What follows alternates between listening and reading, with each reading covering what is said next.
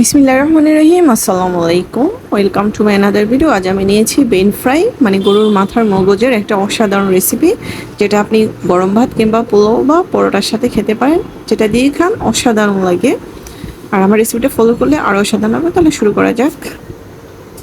প্রথমে আমি কড়াইতে তেল নিয়ে নিলাম পরিমাণ মতো, তারপরে নিয়ে নিলাম এখানে এলাচ, দারচিনি, লং, তেজপাতা আর পেঁয়াজ। এগুলোকে আমি এখন ভালো করে নেড়ে চেড়ে ভাজবো।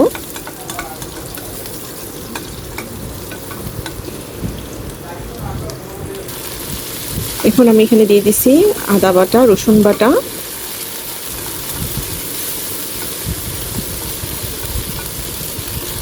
দেখতে পাচ্ছেন মশলাটাকে ভালো করে কষিয়ে নিয়েছি। এখন আমি দিয়ে দিব 2 টেবিল চামচ হলুদ গুঁড়ো,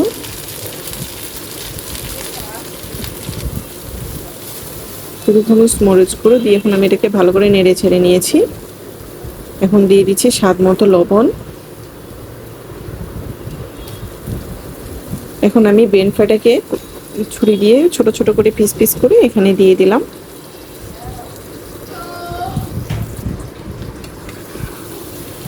আমি দিয়ে দিলাম জিরার গুঁড়ো আর গরম মশলা গুঁড়ো। এখন এটাকে ভালো করে নেড়ে ছেড়ে দিয়ে কষাবো ভালো করে।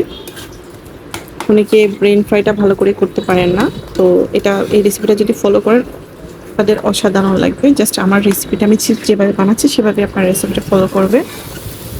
এই যে এখান থেকে হালকা পানি উঠছে, ওটা দিয়ে কষাবো। তোমার কষানো হয়ে গেছে, এখন আমি এখানে সামান্য পানি অ্যাড করব। খুব বেশি পানি দেওয়া লাগবে না, যাতে এটা সিদ্ধ হয় সেই পরিমাণ পানি আপনাকে অ্যাড করতে হবে। তো আমি এখানে একটা গরুর মগজটাই নিয়েছি, যদি আপনার কাছে বেশি আপনি বেশি দিতে পারেন। যে ফুটে হচ্ছে মাঝে মধ্যে নেড়ে চেড়ে দিবেন যাতে উপরেগুলা নিচে যায়। তো আমার মোটামুটি হয়ে গেছে, দেখতেই পাচ্ছেন ঝোল অনেক কমে গেছে।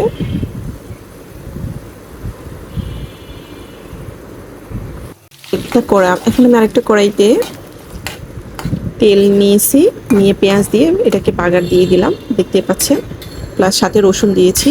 তো আপনারা রান্না করার পরে আবার বাগার দিবেন। আমি আবার এটাকে তাওয়ায় দিব, তাহলে কি হয় একেবারে আপনি স্মোকি একটা ফ্লেভার পাবেন এবং টেস্ট পাবেন। তো এটাকে আমি এখন আলাদা একটা কড়াইতে বাগার দিয়ে নিয়েছি, কেউ বাগার বলে কেউ তেলানি বলে। এখন আমি এটাকে অন্য একটা কড়াইতে, যেহেতু হয়ে গেছে দেখতে পাচ্ছেন, তাহলে আমি অনেকে এটার গন্ধ নিতে পারে না বা ভালো লাগে না, তো আমার রেসিপিটা ফলো করলে আপনার হয়ে যাবে। এখন আমি একটা তাওয়াতে নিয়ে নিলাম, তাওয়াটা আমি খুব হাই হিটে দিলাম এবং সেখানে সামান্য ঘি দিলাম। দেওয়ার পরে আমি এটাকে গরম গরম দিয়ে দিলাম।